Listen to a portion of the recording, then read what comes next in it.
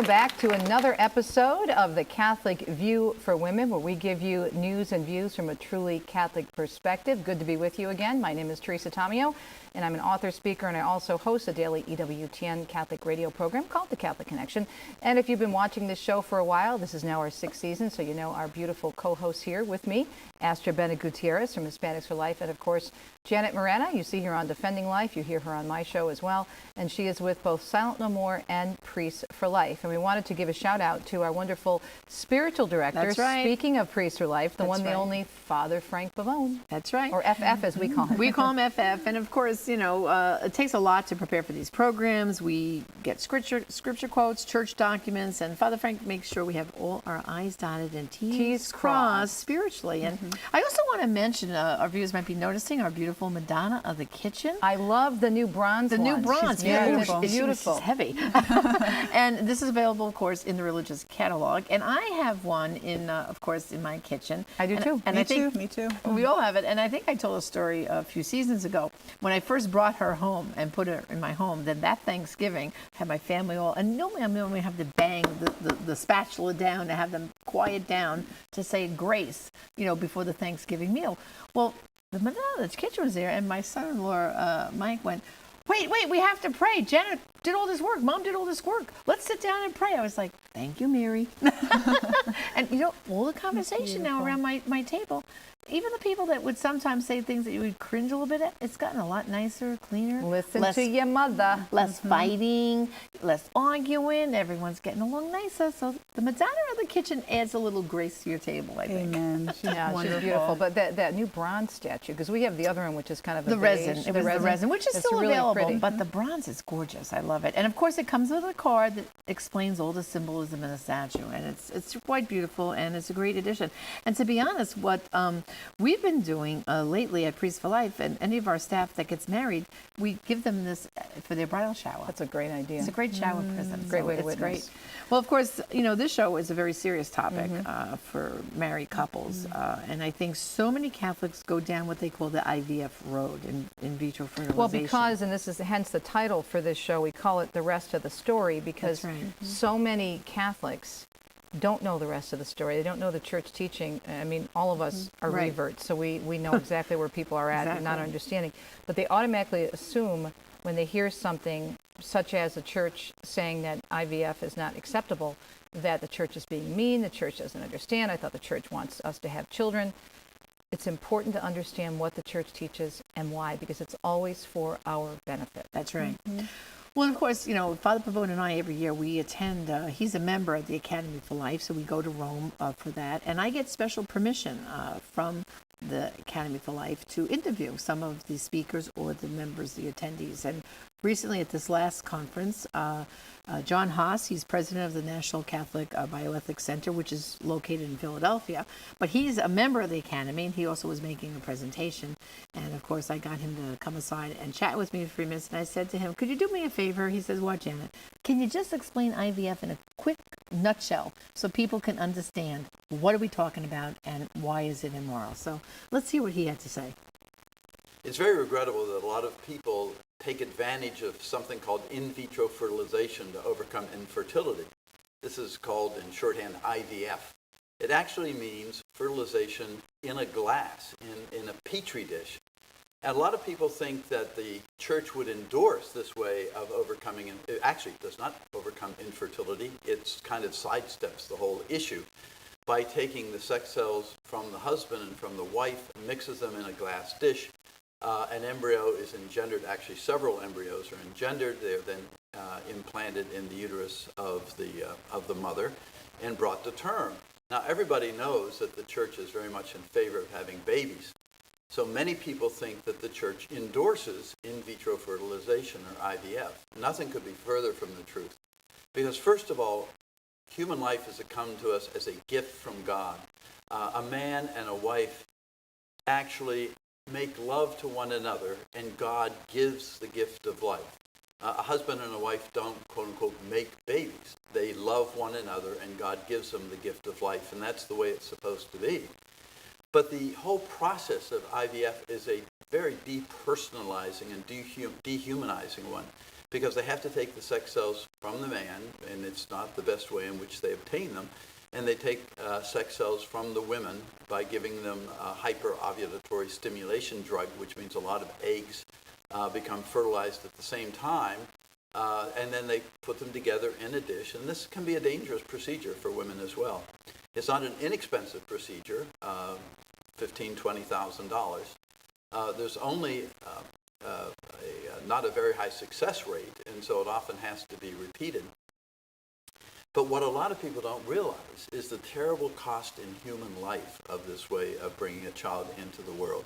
Because you might have 8 embryos in a petri dish, 5 maybe will be implanted because they hope that they know they all probably will not take, and so they increase their odds by putting a number of embryos in the womb.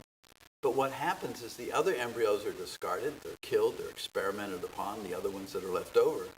Now, it's dangerous for a woman to carry 5 babies to term, and so what they will do is they will monitor these babies as they're growing in the womb. They will see which ones are the strongest, let's say 2 of them, and they'll preserve those. But the others, they eliminate by taking a syringe filled with potassium chloride, thrust it into the chest cavity of the baby, and kill it. So in fact, this is called fetal reduction, which is a euphemism. It's actually destroying some of the babies to increase the odds of the others surviving and to reduce the risk of the health of the mother. This is a terrible loss of life here. Another thing that's done in this procedure is that the embryos that are not implanted in the uterus will be frozen in liquid nitrogen. So actually in the United States now, we probably have close to 1 million human embryos, human beings, frozen in liquid nitrogen, with which we do not know what to do. I mean, they can be thawed, and the attempt can be made to implant them. But even when you thaw them, some do not survive the thawing process. Let's say you thaw 5 of them, then you begin to pick which one looks like it's the healthiest, and you eliminate the others. It's a terrible process that brings about a great loss of human life to bring one child into the world.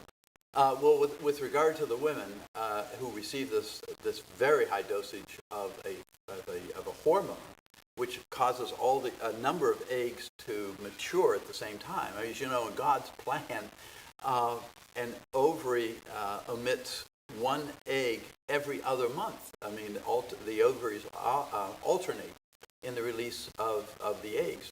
So to give a woman a very high dose of a hormone, which will bring a number of them to maturation, places her at risk. It can sometimes lead to something called hyperovulatory stimulation syndrome, which can actually lead to high blood pressure, and perhaps even there have been reports of death from it. So it can be a very serious matter.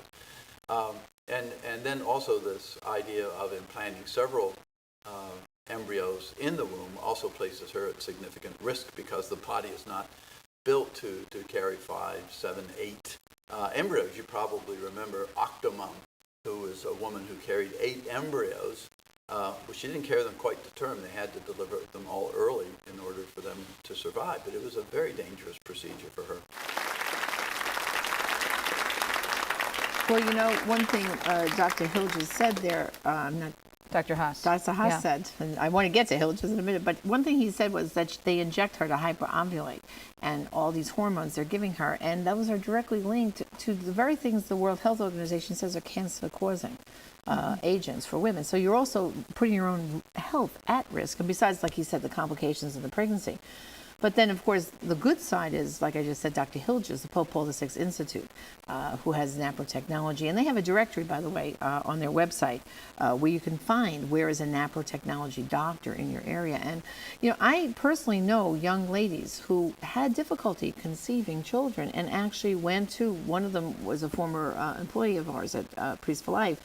She's married, she has several children. And when she first got married, she was having all complications, not being able to conceive. She flew out to Omaha, Nebraska, and became a patient for a period of time, and she has beautiful children now. So the church is not saying no. You know, there's not a no here. It's not a slap on the hand. What they're saying is this is an immoral procedure. And it's unhealthy. And it's unhealthy, Right. but it's immoral also. And I think, Astrid, you have some advice on that, Yes, right? and how many Catholics know that it's immoral, though? That's the thing. Look at this, what the church has to say here in the document donum vitae. Human embryos obtained in vitro are human beings and subjects with rights. Their dignity and right to life must be respected from the first moment of their existence. It is immoral to produce human embryos destined to be exploited as disposable biological material. In the usual practice of in vitro fertilization, not all of the embryos are transferred to the woman's body. Some are destroyed. Just as the Church condemns induced abortion, so she also forbids acts against the life of these human beings. It is a duty to condemn the particular gravity of the voluntary destruction of human embryos obtained in vitro for the sole purpose of research, either by means of artificial insemination or by means of twin fission. By acting in this way, the researcher usurps the place of God. And, even though he may be unaware of this, he sets himself up as the master of the destiny of others inasmuch as he arbitrarily chooses whom he will allow to live and whom he will send to death and kills defenseless human beings. Right. You know, the other thing, too, that I think is important and why we entitled this episode, The Rest of the Story, is because how many stories do we hear about how and I'm not, advocating, obviously, in vitro, but I'm saying we don't hear the stories of how unsuccessful it is. That there are so many couples that go through and spend, you heard Dr. Haas say, what, $10,000 to $15,000. That's right. And you only hear about the success stories, about the people who do conceive. So this is what I always tell people when you look at the Catholic Church and you hear the Church saying no. Pope Benedict always said, no means an elevated yes, and George Weigel says the same thing. When the Church says no, it's because it's leading us to an elevated yes. That's right. For our benefit, not only physically, as we just pointed out, but spiritually and morally, and also for society's benefit. We have to take a quick break, but we'll talk more about this because this is so important to hear the rest of the story. We'll be right back.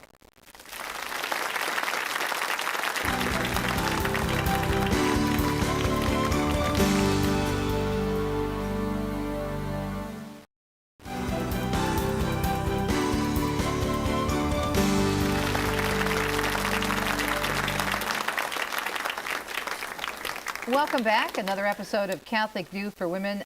Time flies so quickly when we're talking about these very, very important topics. And we're titling this episode, and you can find out more information on our website, thecatholicviewforwomen.com, The Rest of the Story, because it's a story that you don't hear out there in the secular culture, especially from the secular media, specifically why the Church teaches what she teaches on in vitro fertilization. And Janet, you wanted to pick up after the interview with Dr. Haas and Astrid's comments on the Church teaching. Yeah, well, because what people don't realize what happens is another side of the story. I mean, he mentioned Octomom, this woman carried 8 babies, but very often what happens after IVF, if the procedure is a little too successful, when you get to about the 14th to 16th week along in the pregnancy, let's say the woman has 3, 4, or 5 babies that she's conceived, like he said, they watch it, but then they recommend what they call selective reduction.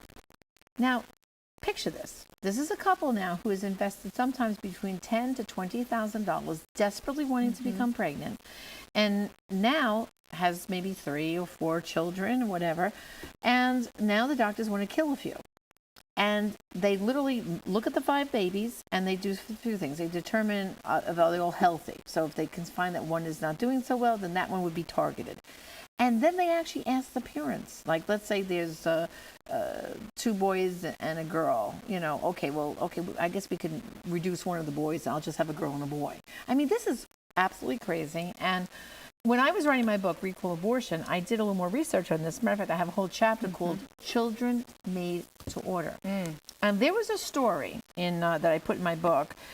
It was back in August of 2011. It was a New York Times Magazine story called 2 minus 1 You pregnancy. were at my house. Yes, and I went you crazy. were in town. We were doing interviews for Catholic View, and I was upstairs and I heard her screaming. I didn't know what was going on. And you actually wrote outrageous. an editorial and it got picked up. I wrote a blog and an editorial. But let me just quote from this New York Times magazine article that I got so furious about, 2 minus 1 pregnancy. Now listen to this. This is a quote. This is from the woman who was named in the story Jenny. This is Jenny, the pregnant mom. If I had conceived twins naturally, I wouldn't have reduced this pregnancy because, you feel like there's a natural order. Then you don't want to disturb it. But we created this child in such an artificial manner in a test tube, choosing an egg donor, having the embryo placed in me, and somehow making a decision about how many to carry seemed to be just another choice. The pregnancy was also consumerish to begin with, and this became yet another thing we could control. This is the road that we're talking about, children made to order. I mean, it's horrible. And, you know, I went a little bit deeper and read a little bit more about it. And then I But found that mentality, I mean, it's the mentality. You know, they're playing God. Yeah. You know, we're going to decide, and then to selective reduce the child. There was another story I put in my book, even more horrific. It was a woman had conceived twins, her and her husband, and she didn't want to have twins. She only wanted one child. And of course, the doctors were right on her camp saying, sure, we could do this, no problem. We'll selectively reduce one of the babies. And her husband was furious. He was upset. And he was begging her, please don't do this. So she said, either we reduce this pregnancy by one or I'll terminate the entire pregnancy. Can you imagine that? Now, they already invested all this money, like Dr. Haas pointed out, in vitro. And now she's basically practically putting a gun to this father's head saying, either you let me reduce this pregnancy by one, kill one of our children, or I'll kill the entire pregnancy. So again, it's so terrible what they're doing. Exactly. In the Hispanic community in particular, this information is not getting to them. I don't think it's getting to the Catholic community in general. Exactly. Right. And there's a crisis of infertility. It's prevalent. And when they go to their doctor, the only alternative they're getting is in vitro fertilization. Now, something in their heart tells them this is not right. So when they hear one of us talking about it or somebody speaking on it, right away, they want to know more. Now, if they don't hear about the church's teachings on this, they probably have not heard about NAPRO technology, another wonderful, best-kept secret. So I would recommend to people watching us, please make this information known. How easy is it to put it hopefully in a church bulletin? There's an alternative to, IVF, which is destructive. It destroys human life. NAPRO technology. Now there's a directory of physicians throughout the country trained in NAPRO, which actually heals the problems of fertility, not just masks them and brings on all these problems for women. Women have gotten cancer from these drugs medications that they have to take. Yes. Don't you think, though, I don't mean to jump in here, but I want to mention something, Janet, real quickly. You mentioned infertility. What's causing the infertility? The other thing, the rest of the story also is that all the birth control that these women are on, primarily the women, because, talk about being sexist, we're the ones who take all of these dangerous, drugs and hormones. The pill. But women sit there and they say, well, I want to do what I want to do. I want to have, relations with whomever, whomever, and I don't want to worry about a pregnancy. But the minute I want a pregnancy, I want everything to be perfect and I want to stop. And they get frustrated. Well, one of the reasons they're infertile is because of their reliance on birth control, which takes, especially the birth control pill, and we've done shows on this before in our past Untreated episodes. STDs as well. Untreated STDs, all kinds of things. Yeah. That's right. Well, and the other thing too is with this whole idea with the pill is that they're also delaying the best time to have children. I mean, we think back, when you're in your 20s, that's when you're the most fertile. And having a baby is the easiest. I mean, I had my children when I was, my first daughter Jennifer when I was 25, and my twins when I was 27. But nowadays, young people, They're waiting longer and longer. Later and later and later. And now some of these young ladies are not marrying until they're 35 or close to the 38, 39, close to 40, some of them. And then they're going, okay, they've been using birth control, of course, all those years while they've had multiple partners, and now they want to know why I'm having trouble getting pregnant. Well, you've thrown away the best years of your fertility. I mean, you put yourself in harm's way, exposing yourself to all kinds of things. That's right. But, the other side of this story, too, Dr. Haas was mentioning that they in the petri dish, they're fertilizing these eggs, but then they don't use them all. They didn't mention that. Well, how many frozen embryos are sitting in our country alone? About 1 million right now. That's right. 1 million children are just sitting. And there's been stories in the media about couples going to court, fighting over these frozen children. I mean, do you understand? Like, this is the road we've gone down. That now we're fighting over the frozen children, and what are we going to do? Are we going to let them go? Because you have to pay a fee every month to the company that's keeping your babies frozen, to whether you're going to use them or not. It's become it's like I said, children made to order. This is what we're doing. We're trying to. It's like a science fiction horror story. Yeah. And some of the celebrities endorsing this, having children by IVF. It's sad because some of these celebrities celebrities, well, they're role models for a lot of people, but I think they also show the negative side. You know, Right. reality TV showing couples that are going through IVF show also all the pain, how painful it is, the heartbreak when it's not successful, and then also these court battles for these frozen embryos that are conceived, and then the couple breaks up, and then now what happens to them? You really do see the brave new world that we've created, That's you know, right. with this culture. And unfortunately, you know, and this is where I want to kind of put a plea to the clergy to preach about this with love. You know, talk about the work of, you know, Dr. Hilgers and the Pope Paul VI Institute, because he has, I know there's over 500 physicians now who are trained in Yes. naprotechnology to help people in a more natural way. Because if they don't hear it from the pulpit, they think it must be okay, because the culture is billing it like it's no big deal. And to be honest, I mean, I have met couples who've come up to me and said, oh, we did that, and we don't know what to do now, because we do have this, our little son or daughter that was conceived this way. It becomes almost like a moral dilemma. What if they find out this is how they were conceived? So parents now, like afterwards, when they become enlightened, are also becoming very concerned about, like, what do we say to our kids? You know, that this is how they were conceived. So The importance of talking about it from the pulpit, and this is on another topic, but we have a wonderful pastor at our parish where my husband serves as deacon, and he is always speaking the truth in love. And Yes. he talks about the pro-life issues a lot. And he had a woman who was, I think, 75, close to 80 years old, who came to him for confession to confess her abortion. And she said the only reason she was just carrying all this guilt, and dealing with all the fallout in her life from the abortion. And she finally went to confession. You know why? Because it's the first time she heard it from the pulpit. It was from our pastor. He contacted my husband, who works with Deacons for Life, and he was able to give her information on Silent No More and all the work that you do in Priests for Life. But think about that. This one woman who had been carrying this burden for so many years. because she had, and not hearing about it, and I'm not saying it's only up to the priests, we know that, but Right. the importance of priests and other religious not to be afraid, and deacons not to be afraid to preach from the pulpit. That's right. I mean, when do you hear a sermon or a homily about the birth control pill, about contraception? That this is against, I mean, the church's teachings, like we've said on these programs, are so beautiful if you would just learn them. I remember, you know, when I came back to the church, of course, you know, I had taken the pill just to delay having children. I thought it was okay. And actually, a priest back in Brooklyn, where I got married, told us it was okay if you had a good enough reason. Well, depending you know? on what side of the church you went to Yeah, back if you went on then. this side, Yeah. you got it was okay. On this side, it was Unfortunately. wrong. And so when I finally, of course, Father Pavone came to my parish, and I got Then you're banged. done. FF comes That was in, it. you're done. Done. Yeah. Clarity. And I remember the first document he threw out to me to say, well, Janet, you know, you've got concerns, but if you're willing to read and study, we can help you through this. He gave me Humana Vitae, you know, and of course I didn't have a clue till I started reading it. But then when I read it and began to understand it, I said, you know, okay, the church really cares about us as women. It's not to suppress It was like, us. who knew I could have had a V8? We only have 3 minutes left. I don't want to miss the homework because you have That's a lot right. of good stuff for we us. have Sorry. a lot of homework with this episode. So item number 1, of course, is to read, especially, of course, my book, Recall Abortion, but in particular, my chapter on children Yeah, made it's to order. the research in there is phenomenal. It's really And important. book. this is available, of course, at the EWTN Religious Catalog.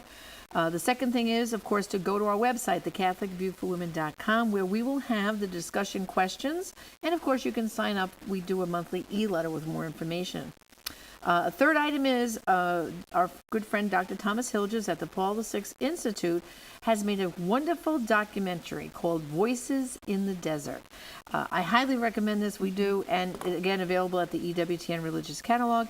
And then finally, on our website, we will have the link. Astrid read that beautiful quote from Donum Vitae, and we will have on our website the entire document. You can download it, and of course, we're going to have some discussion questions on our website. So the idea I want people to understand is the homework. I'm not trying to be a teacher giving you a real assignment here, but imagine if you read Donum Vitae and then discussed it with your friends. You'll have some girlfriends over for coffee and read Donum Vitae together, and then or maybe parts of it, and then come back the following week and then discuss it. And then maybe so you chip in and order Voices in the Desert. And then share the and get share your it. book Beautiful. and share it And in then the book share club. it. This, and then you could read this book or just the one chapter and then discuss it. This is what we're talking about here. It's not just to watch our programs and say, oh, we got that information, but watch it and share it with your girlfriends. Have them over for coffee and watch The Catholic View for Women. And you know what? Now you know when it comes to in vitro, the rest of the story. But there's more information out there from the church, and never-ending just well of knowledge and beauty and just gorgeous church teaching. So again, as Janet said, please visit our website, thecatholicviewforwomen.com. Look at the discussion questions, and even if you don't have a chance to talk about it with anyone else, just look at the questions and take it from your own spiritual perspective. And where have you been on this issue? And did you know the rest of the story? Well, now you do. Thanks for joining us in this edition of The Catholic View for Women. I'm Teresa Tomeo for Astrid and Janet. We'll see you next time. And don't forget to enjoy The Catholic View. We'll see you soon.